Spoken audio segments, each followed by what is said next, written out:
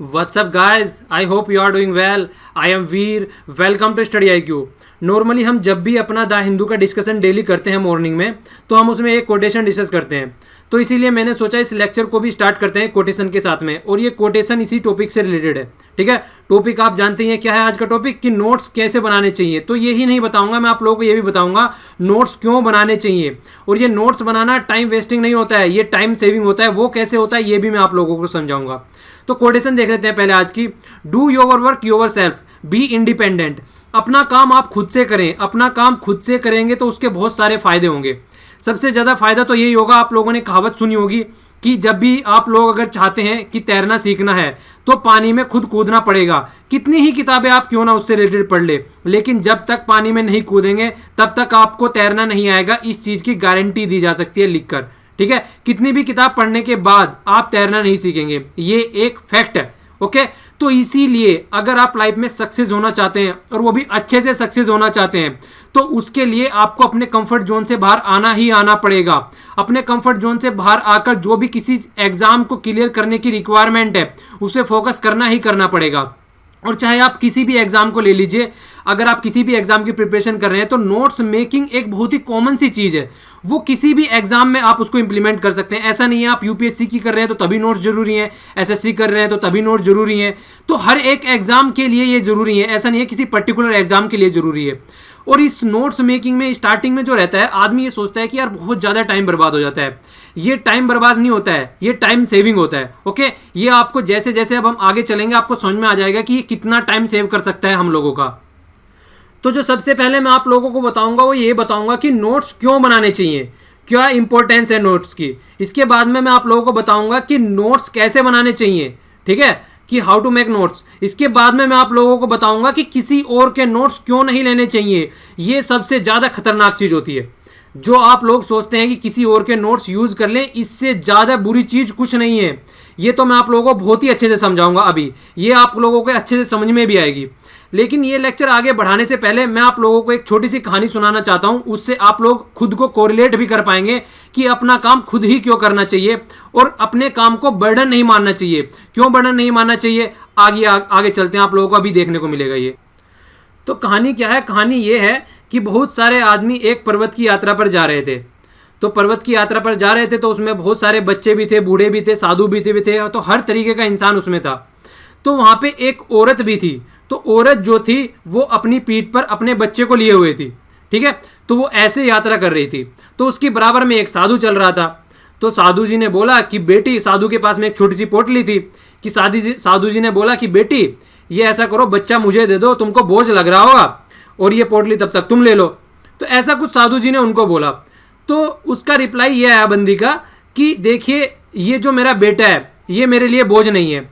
आपकी पोटली आपके लिए बोझ हो सकती है, पर मेरा बेटा मेरे लिए बोझ नहीं है।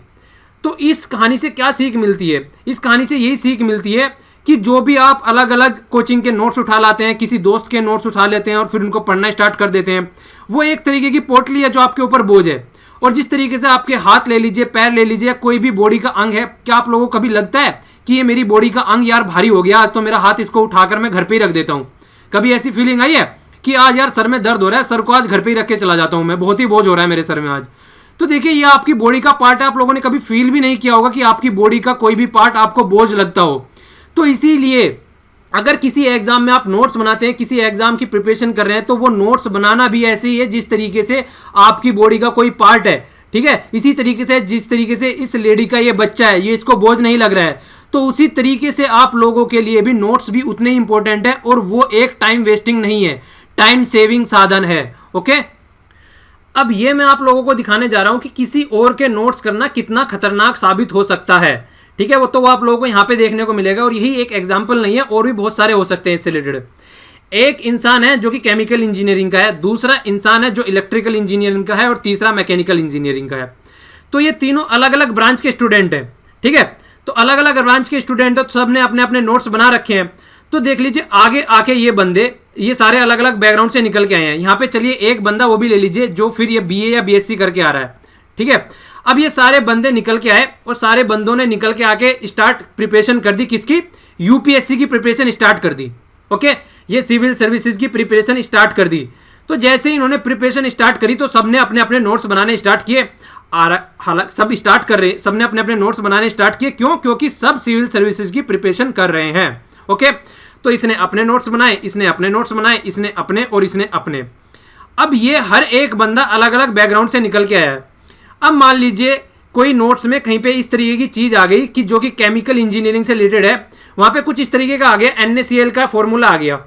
इनको पता है ये सोडियम है, ये क्लोरीन है, दोनों को मिला के नमक बन जाता है।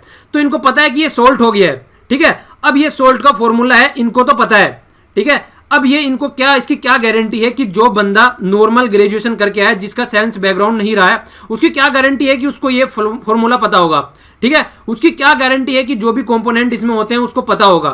कोई गारंटी नहीं है। तो मान लीजिए अगर कोई क्वेश्चन आ जा रहा है, अगर नोट्स बनाए जा रहे हैं, तो ये क्या करेगा, NaCl को डायरेक्ट लिखेगा कि ये NaCl हो गया, इसके सामने कुछ भी डेफिनेशन वगैरह नहीं लिखेगा, ठीक है, और अपना नोट्स उस तरीके से बनाएगा। अब इस बंदे की बात ले लेते हैं। ये बंदा पढ़ के आया है, क्या पढ़ के आया है? ये पढ़ के आया है हिस्ट्री, ठीक है, हिस्ट्री पढ़ के आया है, ज्योग्राफी पढ़ के आया है, फिर पॉलिटी पढ़ के आया है। तो इस वाले इंसान को पता है कि हिस्ट्री, पॉलिटी, ज्योग्राफी में सारी चीजें क्या है। इसने उसमें ग्रेजुएशन की है और हालांकि बोल सकते हैं कि PG भी की है अच्छे से, ठीक है। तो पर ये जो बंदा है यहाँ पे कोई पढ़ रहा है, ये आप मैकेनिकल का ले लीजिए, इंजीनियरिंग का ले लीजिए, उसको कॉन्स्टिट्यूशन का सी भी नहीं पता है, उसको पता ही नहीं है कितने आर्टिकल होते हैं, उसको पता ही नहीं है कितने पार्ट होते हैं वहां पे, तो उसको उसके बारे में कुछ भी नहीं पता है। तो ये बंदा अलग नोट्स बनाएगा अपने सिविल सर्विसेज के लिए, ये बंदा अलग नोट्स बनाएगा। अब इसको ये नहीं पता है कॉन्स्टिट्यूशन में कितने पार्ट है, तो ये उसको लिखेगा कि कॉन्स्टिट्यूशन में इतने पार्ट होते हैं, कॉन्स्टिट्यूशन में इतने आर्टिकल होते हैं, कॉन्स्टिट्यूशन में अगर पार्लियामेंट हम लोग पूछते हैं तो वो लोकसभा, राज्यसभा और प्रेसिडेंट से मिलकर बनी होती है। तो ये उसको अलग अलग लिखेगा। जबकि जब ये बंदा नोट्स बनाएगा तो ये सारी चीजें वो स्किप कर देगा आराम से। क्यों? क्योंकि उसको इन सब चीजों के बारे में पता है। तो हर एक आदमी का नोट्स बनाना बिल्कुल कंप्लीटली डिफरेंट होता है। अगर कोई बंदे को पता है कि फेडरलिज्म का कॉन्सेप्ट क्या होता है, तो वो क्यों लिखेगा उसकी डेफिनेशन आगे? क्योंकि उसको पता है। हमेशा नोट्स बनाते टाइम ये चीज याद रखना है कि नोट्स में वही चीज लिखनी है जो आप लोगों को नहीं पता है और जो आप लोगों को फ्यूचर में याद रखनी है। जो आप लोगों को पता है वो कभी भी नोट्स में नहीं लिखनी है, उसका कभी भी रिपीटेशन नहीं करना है। नोट्स एक ऐसी चीज होती है कि बहुत ही एक मतलब छोटा सा, आप लोग बोल सकते हैं जितना भी उसको कॉम्पैक्ट बना सकते हैं उतना बनाया जाना चाहिए वो। क्यों? क्योंकि एग्जाम के जस्ट पहले आप उसको जितनी बार रिवाइज कर सकते हैं उतना ही ज़्यादा फायदा है और उसी लिए नोट्स बनाए जाते हैं। तो किसी मैकेनिकल इंजीनियरिंग वाले आदमी को इलेक्ट्रिकल इंजीनियरिंग के नोट्स और मैकेनिकल या फिर केमिकल वाले के नोट्स इलेक्ट्रिकल इंजीनियर वाला यूज करे तो उसका कोई तुक बनता नहीं है। इसीलिए मैं बोल रहा था कि ये बहुत ही ज़्यादा खतरनाक हो सकता है। तो कोई आदमी क्लास में कुछ पढ़ रहा है, मान लीजिए किसी आदमी ने क्लास में कोई सब्जेक्ट लिया, वो वहाँ पे बैठ के ज्योग्राफी पढ़ रहा है, ठीक है, ज्योग्राफी उसकी समझ में, मतलब ज्योग्राफी उसका फेवरेट सब्जेक्ट है, तो वो तो ओनली वही टॉपिक, वही पॉइंट लिखेगा ना अपने नोट्स में जो उसको नहीं पता है कि टीचर ने ये बात बोल दी, इसको लिख देता हूँ, ठीक है। बंदे क्या बोलते हैं कि क्लास नोट्स ले आता हूँ किसी भी कोचिंग के और पढ़ लूंगा, क्योंकि वो तो क्लास में एक बंदे ने बैठ के बना रखे हैं। यार उस इंसान ने वो नोट्स बना रखे हैं अपने बेस पे, उसको जो चीजें नहीं पता थी उसने वो लिखी है नोट्स में, वो सारी चीजें थोड़ी ना लिखी है जो तुमको नहीं पता थी। तो उसके नोट्स आप लोग कैसे यूज कर सकते हैं? तो ये बिल्कुल भी यूज नहीं करना है किसी के नोट्स। तो ये तो बिल्कुल ऐसे ही हो गया जिस तरीके से किसी समुद्र के या किसी नदी के किनारे खड़े हैं, जाना उस साइड में, आपका डेस्टिनेशन दूसरा किनारा है और किसी को बोल दो कि यार मेरी जगह तैर के तुम चले जाओ वहां पे। ऐसा कैसे पॉसिबल है? ये कभी भी पॉसिबल नहीं है। तो हमेशा फोकस कीजिए कि अपने नोट्स खुद ही बनाएं, किसी और के नोट्स तो कभी भी फॉलो न करें। वो तो आपको बिल्कुल ही गलत डायरेक्शन में ले जाके रख देंगे जहां पे आप लोगों ने कभी भी सोचा नहीं था। एग्जाम क्लियर करना तो बहुत ही दूर हो जाएगा। तो हमेशा नोट्स जो है वो खुद ही बनाने हैं, ये बात आप लोग गांठ बांध लीजिए। अब मैं आप लोगों को बताता हूं कि नोट्स बनाने कैसे चाहिए, ठीक है। तो आप लोगों ने कभी अगर इधर उधर कभी सुना हो किसी से बातों ही बातों में, एक 80-20 का रूल होता है, ठीक है, 80-20 का रूल बोलते हैं। तो यहां पे क्या होता है, 80-20 भी बोल सकते हैं इसको, कुछ आदमी इसको 90 और 10 का रूल भी बोल देते हैं। तो माना क्या जाता है, ये तो डिपेंड करता है कि किस तरीके की चीजें हम लोग देख रहे हैं, किस तरीके का आर्टिकल है वहां पे, और आदमी के ऊपर भी डिपेंड करता है ये, ठीक है। तो यहाँ पे देखिए आप लोग, चलिए 90 और 10 का ही रूल मान के चल लीजिए। तो होता क्या है, किसी भी अगर आप कोई भी पैराग्राफ उठा के देखेंगे तो वहां पे 80 से 90% जो वर्ड्स रहते हैं ना, वो ओनली कनेक्टिंग वर्ड्स रहते हैं, मतलब एक दूसरे को कनेक्ट करने का काम करते हैं। और जो ओनली उसमें रहते हैं, ओनली 10 से 20% उसमें कीवर्ड रहते हैं। तो हमेशा जब भी नोट्स बनाए जाते हैं वहां पे कीवर्ड यूज होते हैं, कभी भी वहां पे कनेक्टिंग वर्ड यूज नहीं होते हैं। अगर आप कनेक्टिंग वर्ड यूज करेंगे तो जिस तरीके का आप जिसमें से नोट्स बना रहे हैं बुक में से, फिर दूसरी उसी तरीके की बुक लिख डालेंगे आप। तो इसलिए क्या करना है, हमेशा जो उठाना है वहां से कनेक्टिंग वर्ड्स नहीं उठाना है, कभी भी वहां से कीवर्ड्स उठाने हैं। अब वो मैं आप लोगों को समझाना चाहूंगा एक छोटे से इस पैराग्राफ के द्वारा। पिट्स इंडिया एक्ट का नाम आप लोगों ने सुना होगा। ये रेक्टिफाई करने के लिए आया था, अगर कोई कमी रह गई थी जो रेगुलेटिंग एक्ट था 1773 का, तो उसकी कमी को दूर करने के लिए इसको लेके आए थे, ठीक है ना। तो इसको पिट्स इंडिया एक्ट को लेके आए थे उसकी कमी को दूर करने के लिए।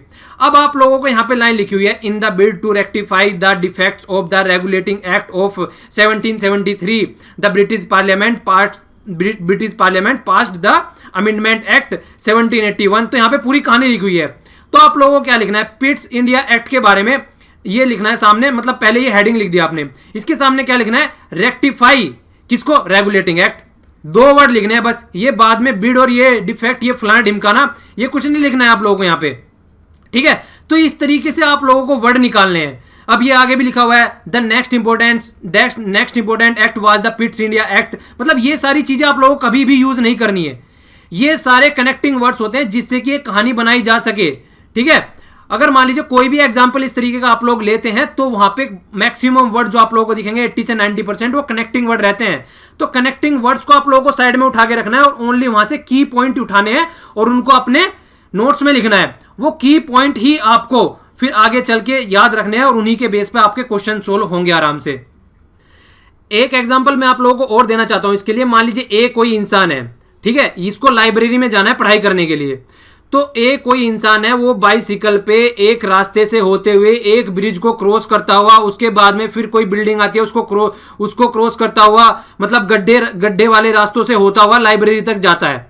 तो इसमें फाइनल और मतलब अगर की पॉइंट देखे तो वो क्या है, इनका सबका कोई मतलब है बीच में, क्या कर रहा है कि ए लाइब्रेरी जाता है तो ए गोइंग लाइब्रेरी।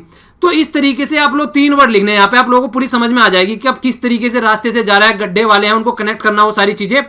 तो चीजें क्या करनी है आपको, की पॉइंट उठाने हैं किसी भी चीज के लिए, मतलब वहां पे इंपॉर्टेंट पॉइंट उठाने हैं जो कि आप लोगों को कनेक्ट कर सके, बस वो चीज उठाने हैं, उनको बोलते हैं की पॉइंट। तो हमेशा आप लोग न्यूज़पेपर भी अगर पढ़ते हैं जिस तरीके से, तो उनको सबको पता है कि न्यूज़पेपर में दुनियादारी ज्यादा लिखी रहती है। अगर उनमें से की पॉइंट्स निकाले जाएं तो आप लोगों को कुछ 1-2 A4 साइज सीट पे पूरा न्यूज़पेपर छाप सकते हो अपना की पॉइंट निकाल के। तो ये बात होती है। तो नोट्स बनाना जो होता है तो हमेशा कोशिश कीजिए कि नोट्स खुद से बनाएं और की पॉइंट लिखे उसमें। अब की पॉइंट कैसे लिखना है वो भी आप लोग यहां पे देख लीजिए। ये देख लीजिए यहां पे 9 pillar of the digital India है। तो जो 9 पिलर है डिजिटल इंडिया, इन हर एक पिलर के ऊपर आप पूरी एक बुक लिख सकते हैं, पर लेकिन यहां पे पॉइंट्स की फॉर्म में लिखा है ब्रॉडबैंड हाईवेज, ठीक है। तो आप इसको अब एक्सप्लेन कर सकते हैं। अब आईटी जॉब्स, तो आईटीज में जॉब्स इससे क्रिएट होंगी, उसको एक्सप्लेन कर सकते हैं। तो इस तरीके से पॉइंट्स की फॉर्म में अब 9 पिलर आप लोगों के यहाँ पे, जिसके ऊपर पूरा एक डॉक्यूमेंट है गवर्नमेंट ऑफ इंडिया का, वो आपका एक पेज पे आ गया A4 साइज की शीट पे। तो इसीलिए कहते हैं कि नोट्स जो बनाने हैं वो हमेशा पॉइंट्स की फॉर्म में बनाने हैं। अब पॉइंट्स की फॉर्म में भी बनाने हैं, पर लेकिन ये आपके ऊपर डिपेंड करता है आप उसको कितना सुंदर बनाते हैं। आप उसमें कलाकारी भी कर सकते हैं कुछ, जितनी ज्यादा कलाकारी करेंगे उतना ज्यादा याद रहेगा। इस तरीके से मतलब जिस तरीके से आप उसको सुंदर बना सकते हैं वो आप लोगों के ऊपर डिपेंड है कि आप किस तरीके के फ्रेमवर्क में उनको डालना चाहते हैं। जितने अच्छे फ्रेमवर्क में आप उसको डालेंगे उतने ही अच्छे से आप उसको रिकॉल कर पाएंगे एग्जाम के टाइम पे, ठीक है। एग्जाम पे टाइम पे रिकॉल करना सबसे ज्यादा इंपॉर्टेंट है, इसीलिए नोट्स बनाए जाते हैं। और देखिए सबसे बड़ी बात यह भी होती है, मान लीजिए आपने नोट्स नहीं बनाए, एक टाइम तो आप जी लगा के जान लगा के अपनी कोई भी बुक पढ़ लोगे, उसके बाद में क्या होगा, उसके बाद में जब भी एग्जाम आएगा ना तो आप उसका रिवीजन कर पाएंगे और ना ही एग्जाम में परफॉर्म कर पाएंगे। तो क्या फायदा हुआ इस तरीके से पढ़ाई का। हमेशा पढ़ाई किस लिए की जाती है, हमेशा पढ़ाई उसलिए की जाती है ताकि एग्जाम में सिलेक्शन हो सके और हम कुछ सीख सकें, ठीक है। पर सीख तो आप लोग जाओगे, सिलेक्शन नहीं होगा तो वो भी फिर गलत बात है। तो सिलेक्शन होने के लिए क्या जरूरी है, सिलेक्शन होने के लिए सीधी सी जरूरी ये है कि जो भी चीजें आप लोगों ने पढ़ी है वो आप लोगों को याद रहनी चाहिए। तो याद कब रहेगी, याद तब रहेगी आप जब उनका अच्छे से रिवीजन करेंगे। अगर अच्छे से रिवीजन नहीं करेंगे तो वो याद नहीं रहेगी। तो हमेशा अच्छे से रिवीजन करने के लिए अच्छे नोट्स होने चाहिए। तो हमेशा कोशिश कीजिए कि एक अच्छे नोट्स बनाए जाएं, और नोट्स भी बनाए जाए तो किसी भी तरीके से इस तरीके से बनाए जाए ताकि वो पॉइंट्स की फॉर्मेट में रहे, आप उनको आराम से याद कर सके, ठीक है। तो कोई भी चित्र बना लीजिए, कोई भी डायग्राम बना लीजिए किसी भी तरीके का, और उसके आसपास मतलब पॉइंट्स लिख देते कि ये इससे रिलेटेड है, ये इससे रिलेटेड है, ये इससे रिलेटेड है। तो उस तरीके से आप लोगों को नोट्स बनाना है, और वही नोट्स होते हैं जो कि आपको एग्जाम के टाइम पे फायदा भी पहुंचाते हैं। वरना कोई भी ऐसा नोट्स नहीं है, अगर आप पोथी जिस तरीके से बुक में पोथी किताब पूरी लिखी हुई है उस तरीके से यूज करेंगे नोट्स बनाना, तो कभी भी नोट्स नहीं बना पाएंगे और कभी भी उसका फायदा भी नहीं उठा पाएंगे। जिस चीज के लिए आपने बनाया है वो कभी भी उसका पर्पज सोल्व नहीं कर पाएंगे आप लोग। तो हमेशा क्या करना है, खुद से नोट्स बनाने हैं। वो टाइम वो टाइम कंज्यूमिंग नहीं है, वो टाइम सेविंग है, ये भी आप लोगों को याद रखना है। तो दूसरों की पोटली नहीं ढोनी है, अपना खुद का नोट्स बनाने हैं और उनको यूज करना है, ये माइंड में आप लोगों को सेट कर लेना है अगर सक्सेसफुल होना है तो। और वो इतना ज्यादा फायदा करेंगे, एक अलग डायरेक्शन में आप लोगों को बताता हूं, उससे आप लोग चीजों को प्रिसाइज करना सीख जाएंगे। आप लोगों को यह पता रहेगा कि किसी भी चीज को प्रिसाइज फॉर्म में कैसे लिखना है। कितना भी बड़ा कोई भी पेज आप लोग पढ़ने के बाद को उसको एक बहुत ही कम वर्डों में 200 या 300 वर्डों में उसको प्रिसाइज करना जान जाएंगे। और इससे आप लोग ऐसे राइटिंग, आंसर राइटिंग में आप लोग बहुत अच्छे से फायदा होगा आप लोगों का। अगर आप लोगों को कोई भी चीज प्रिसाइज फॉर्म में लिखनी आ गई, यही एग्जाम की रिक्वायरमेंट होती है। किसी भी एग्जाम का जो रिटर्न का एग्जाम है उसमें आप लोग लिखने जा रहे हैं, प्रिसाइज फॉर्म लिखने जा रहे हैं, कोई क्वेश्चन का आंसर देने जा रहे हैं, तो वो चाहते हैं कि ज्यादा से ज्यादा इंफॉर्मेशन आ जाए प्रिसाइज फॉर्म में। इसीलिए बोलते हैं कि 200 शब्दों में अपना आंसर लिखो, 300 शब्दों में अपना आंसर लिखो। तो उसका मतलब यही होता है कि किसी भी चीज को प्रिसाइज वे में लिखो। तो नोट्स बनाते बनाते ये क्वालिटी आपके अंदर अपने आप ही डेवलप हो जाएगी। आप लोगों को कहीं भी कुछ करने की जरूरत नहीं रहेगी।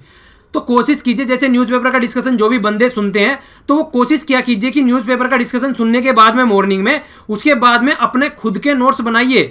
1 घंटा लगेगा मैक्सिमम लेक्चर सुनने के बाद में, खुद के उसमें से पॉइंट्स निकालिए आप लोग, ठीक है। खुद से पॉइंट्स निकाल के उसको पॉइंट्स की फॉर्म में, मतलब पॉइंट्स की फॉर्म में या फिर किसी डायग्राम की फॉर्म में उसको रखिए, जिससे कि आप लोग रिवीजन करें तो आप लोगों को सहूलियत रहे, आसानी रहे। ओके, तो ये कंप्लीट प्रोसेस होना चाहिए, कभी भी किसी के ऊपर डिपेंडेंट नहीं रहना है, ठीक है। तो आज के लिए लेक्चर में इतना ही। लेक्चर पसंद आया तो लाइक कीजिए और नहीं पसंद आया तो डिसलाइक कीजिए। अगर पसंद आ जाता है और चीजें समझ में आ जाती हैं अच्छे से, फिर दूसरों को समझा भी दिया करते हैं। उससे अपना ही अपना फायदा नहीं करना है, दूसरों का भी फायदा करना है। सोसाइटी को एक अच्छा प्लेस बनाना है हम लोगों को। सोसाइटी में सब लोग मिलजुल के रहते हैं, तो अपना जितना अच्छा इन्वायरमेंट आप लोग रखेंगे उतना ही ज्यादा आपकी क्वालिटी भी इंक्रीज होगी। तो हमेशा अगर कोई आपसे कुछ पूछ रहा है किसी चीज के बारे में, तो कभी भी उसको बताते हुए न झिझकिए। कोई टॉपिक है आपसे कोई समझना चाहता है तो एकदम उसको बताइए, ठीक है। तो इसको टाइम वेस्टिंग नहीं कहते, इससे भी आपकी बहुत अच्छी पढ़ाई होती है। तो हमेशा अगर कोई चीज समझ में आ जाती है, दूसरों से शेयर करने से कभी भी ना भूले, उसको हमेशा दूसरों के साथ में शेयर कीजिए। तो इसमें आज के लेक्चर में इतना ही। Thanks a lot for listening. जय हिंद।